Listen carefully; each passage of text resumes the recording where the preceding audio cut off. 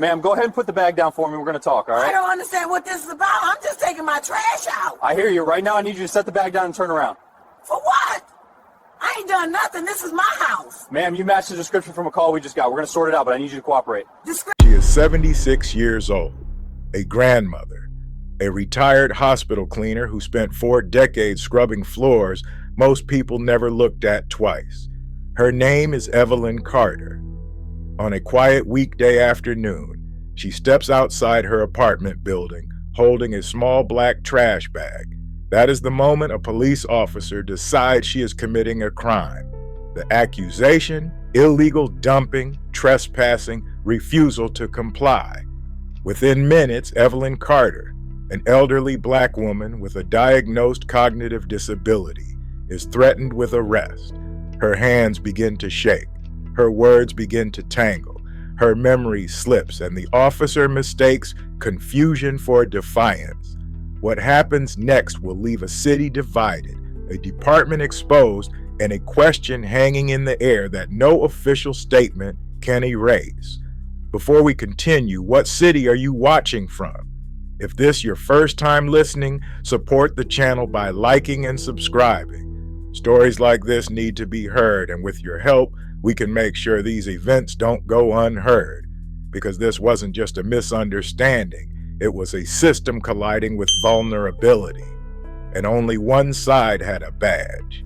Evelyn Carter never asked for attention. She worked nights, graveyard shifts, hospitals, schools, municipal buildings. She cleaned blood off emergency room floors after accidents she never asked about. She emptied bins overflowing with things other people threw away. Food scraps, medical waste, broken lives. She raised 2 children alone after her husband died young. She never missed church on Sundays, never raised her voice in public, never called the police in her life. Neighbors describe her the same way over and over. Sweet, quiet, always smiling. The lady who waves from the balcony, but years ago something changed. She began forgetting small things, keys, names, appointments, then bigger things. Which day it was, which door was hers, why she walked outside in the first place. Doctors diagnosed her with early stage dementia. Not violent, not aggressive, not dangerous, just disorienting. Her daughter arranged routines, labels on cabinets, sticky notes on doors. One rule above all, Evelyn still takes the trash out herself. It's the one task she insists on doing alone, because it makes her feel useful, because it reminds her she still belongs. The apartment complex sits on the edge of a gentrifying neighborhood. New coffee shops, freshly painted murals, security cameras bolted onto street lights, and police patrols that didn't used to be there. Evelyn's building is older, bricks stained by decades of rain, a trash enclosure behind a rusted chain-link fence. Residents know the routine. Trash goes out between noon and 6. Bags placed in the shared dumpster. No questions asked, but outsiders don't always see it that way. An unmarked police cruiser idles near the curb. Inside, Officer Daniel Mercer, 3 years on the force, scans the area. He's been briefed on quality of life violations, illegal dumping complaints, residents calling about suspicious people. And then he sees Evelyn, small frame, gray hair wrapped in a scarf, holding a trash bag. She walks slowly, pauses, looks around. To her, she's checking her bearings. To him, she looks unsure, out of place. And that's all it takes. Officer Mercer steps out of his car. Boots hit pavement. Radio crackles at his shoulder. "Ma'am," he calls out. "Hey, stop right there." Evelyn freezes. She turns slowly, eyes narrowing in confusion. "Yes," she says. Or maybe. "What?" He points at the bag. "What's in that?" She looks down, looks back up. "Trash," she answers, or tries to. The word comes out soft, slurred. Mercer frowns. "This isn't a dumping area," he says. Evelyn blinks. She takes a step forward. "I live here," she says. But the sentence doesn't finish cleanly. He steps into her path. "Do not move," he says sharply. Her heart begins to race. She clutches the bag tighter. I always. Her voice trails off. Mercer exhales loudly. Ma'am, you need to answer my questions clearly. The tone changes from inquiry to authority to impatience, and Evelyn doesn't understand why. Do you live here? Mercer asks. Yes, Evelyn says, then pauses, then nods again. What apartment? She opens her mouth. Nothing comes out. Her brain searches, fails. Upstairs, she says finally, gesturing vaguely. Mercer shakes his head. Which unit? Silence. Her hands begin to tremble.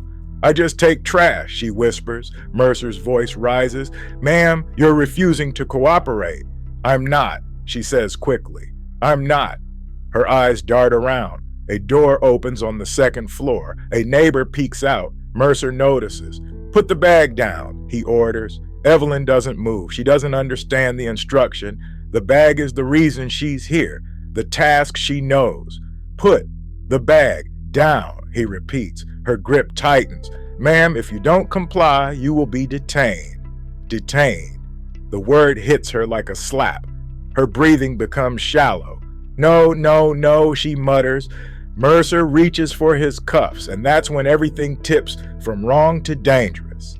A voice cuts through the tension. Officer, officer, wait! It's Mrs. Alvarez, a neighbor from across the courtyard. She rushes down the steps. That's Miss Evelyn, she says. She lives here. She's sick. Mercer turns, annoyed. Sick how? Mrs. Alvarez gestures toward Evelyn, who is now crying silently. She has dementia, she says. She doesn't understand you. Mercer hesitates just for a moment. What? He asks. Evelyn looks up. Her face is wet with tears. I'm sorry, she says. Over and over, I'm sorry. Mercer lowers his hand from the cuffs. You have dementia? He asks her directly. She nods, or maybe she just bows her head. Mrs. Alvarez pulls out her phone. I can call her daughter, she says. She's on file with management. The power shifts, slowly, uncomfortably. Mercer steps back. The certainty drains from his posture, and the realization settles in. He wasn't stopping a suspect. He was interrogating a vulnerable elder. Mercer's body camera has been recording the entire time. Every raised voice, every command, every tremor in Evelyn's hands. Another neighbor begins filming on their phone. Someone else yells from a window, "Leave her alone." The courtyard fills with murmurs. Whispers turn to anger. Mercer radios for a supervisor. His voice is quieter now. Evelyn sits on a low concrete wall, still clutching the trash bag like a lifeline. The footage captures it all. A woman who posed no threat. A situation that never required force. An escalation built entirely on assumption, and the internet will see it soon. The video spreads overnight. Headlines follow. Elderly woman with dementia, nearly arrested for taking out trash. Police confront disabled grandmother in apartment courtyard. The department releases a statement. An internal review is underway. Officer Mercer is placed on administrative leave. The city announces a settlement. $850,000 to Evelyn Carter and her family. Mandatory retraining is announced. Crisis intervention protocols updated, a task force formed, but questions remain. Why did it escalate at all? Why wasn't de-escalation the first response? And how many times has this happened without cameras? This wasn't about trash. It was about perception. Who looks suspicious? Who is given patience? Who is assumed guilty before a word is spoken? Why is confusion treated as resistance? Why is age ignored when authority feels challenged? And how many people with invisible disabilities are one misunderstanding away from handcuffs? Ask yourself, if Evelyn Carter were white, would the encounter have lasted this long? If she were younger, would it have ended differently? If no one spoke up, what would have happened next? These are not rhetorical questions. They are moral ones. Evelyn Carter still takes out the trash. Now someone walks with her. Not because she's dangerous, but because the world can be. The officer returned to duty months later. The department moved on. but the footage remains, a reminder of how quickly dignity can be stripped away, how easily authority can become cruelty, and how silence is often the final accomplice. So the next time you see someone who looks lost, ask yourself, are they a threat, or are they just trying to remember where they belong? If this story made you uncomfortable, it was supposed to. If it made you angry, good. And if it made you think, share it. Like, subscribe, comment, because justice doesn't start in courtrooms. It starts with who we choose to see.